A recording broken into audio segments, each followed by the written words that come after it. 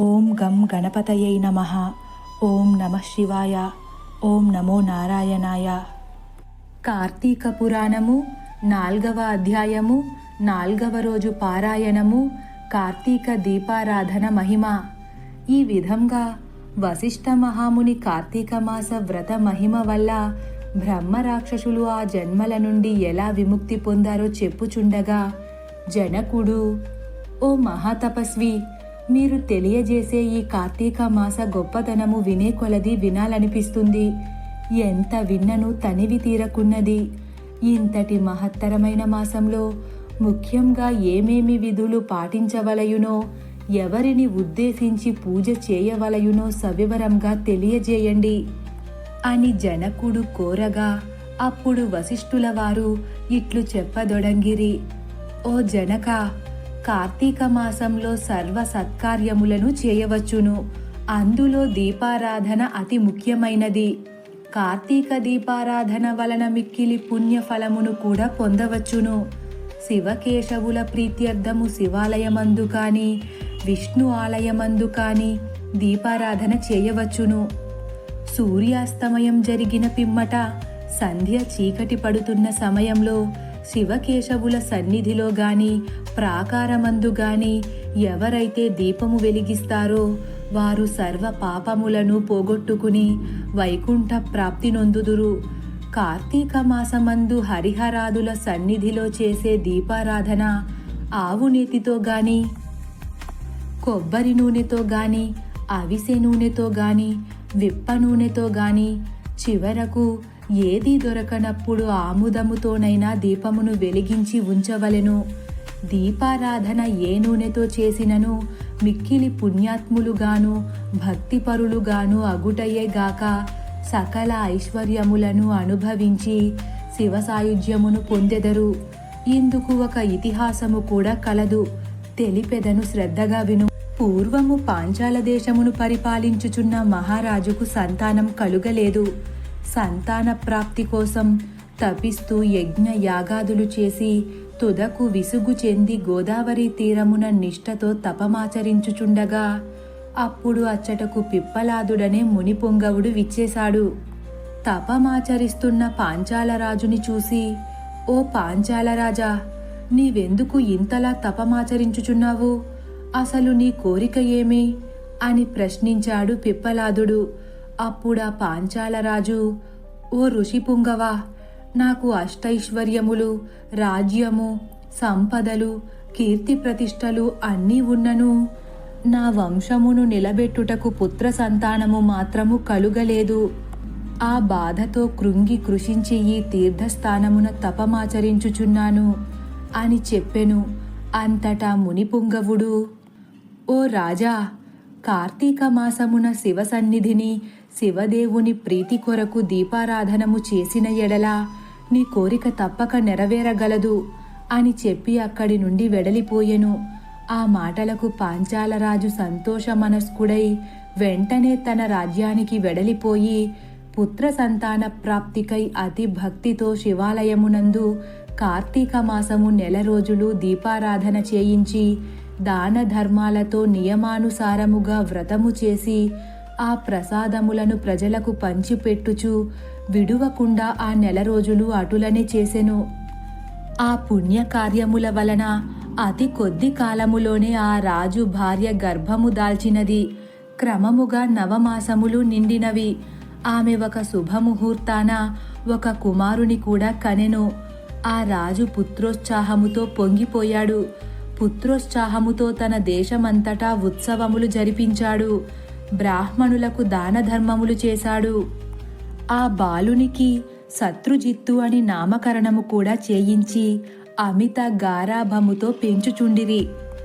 కార్తీక మాస దీపారాధన వలననే పుత్ర సంతానము కలిగినందువలన అప్పటి నుండి తన దేశమంతటను ప్రతి సంవత్సరము కార్తీక వ్రతములు, దీపారాధనలు చేయుడని రాజు శాసించెను.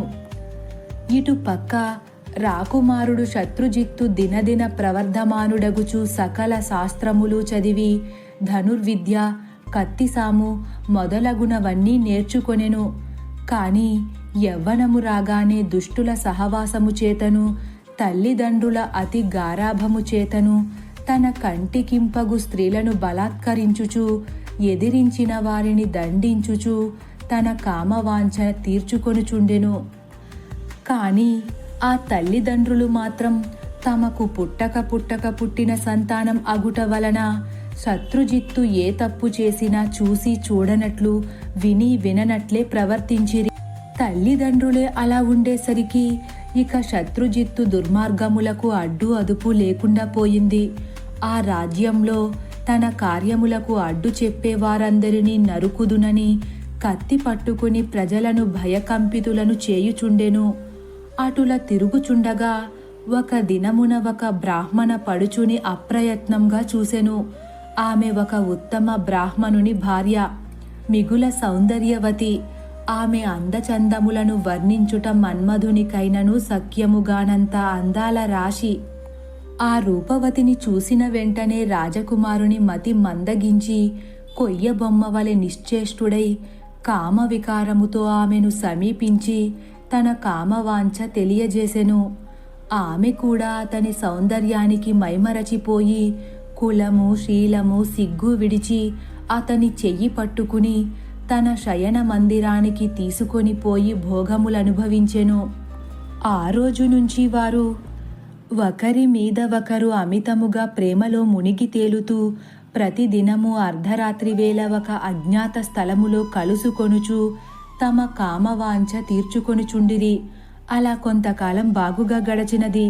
కాని కొంతకాలం పిమ్మట ఎటులనో వీరిద్దరి సంగతి ఆమె మగనికి తెలిసిపోయినది.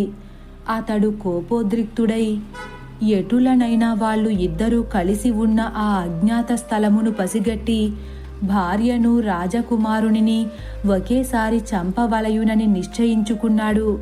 ఒక ఖడ్గమును కూడా సంపాదించి సమయము కొరకు వేచి ఉన్నాడు.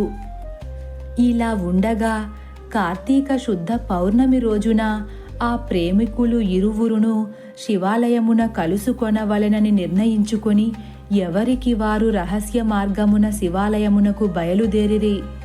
ఆ సంగతి పసిగట్టిన బ్రాహ్మణుడు అంతకు ముందే కత్తితో సహా బయలుదేరి వారిరువురికి అనుమానం కలుగకుండా గర్భగుడిలో దాగి ఉండెను.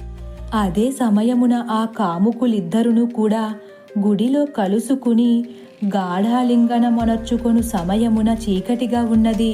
దీపం ఉండిన బాగుండును కదా అని రాకుమారుడనగా ఆమె తన పైట చెంగును చించి అక్కడ ఉన్న ఆముదపు ప్రమిదలో ముంచి దీపము వెలిగించినది. తర్వాత వారిరువురును మహానందముతో రతిక్రీడలు సలుపుటకు ఉద్యుక్తులగుచుండగా అదే అదనుగా ఆమె భర్త తన మొలలోనున్న కత్తి తీసి ఒక్క వేటుతో తన భార్యను ఆ రాజకుమారుని ఖండించి తను కూడా పొడుచుకుని మరణించెను. తెలిసో తెలియకో తప్పో ఒప్పో వారి పుణ్యము కొలది ఆ రోజు కార్తీక శుద్ధ పౌర్ణమి సోమవారము అగుట వలనను ఆ రోజు ముగ్గురును చనిపోవుట వలనను శివదూతలు ప్రేమికుల ఇరువురిని తీసుకొని పోవుటకును యమదూతలు బ్రాహ్మణుని తీసుకొని పోవుటకును అక్కడకు విచ్చేసిరి. అంత యమదూతలను చూసిన ఆ బ్రాహ్మణుడు, ఓ దూతలారా, నన్ను తీసుకుని వెళ్ళుటకు మీరు ఎలా వచ్చితిరి? కామాంధకారముతో కన్ను మిన్ను తెలియక పశువుల వలె వ్యవహరించిన ఈ వ్యభిచారుల కొరకు శివదూతలు విమానంలో వచ్చుట ఎలా? చిత్రముగానున్నదే అని ప్రశ్నించెను.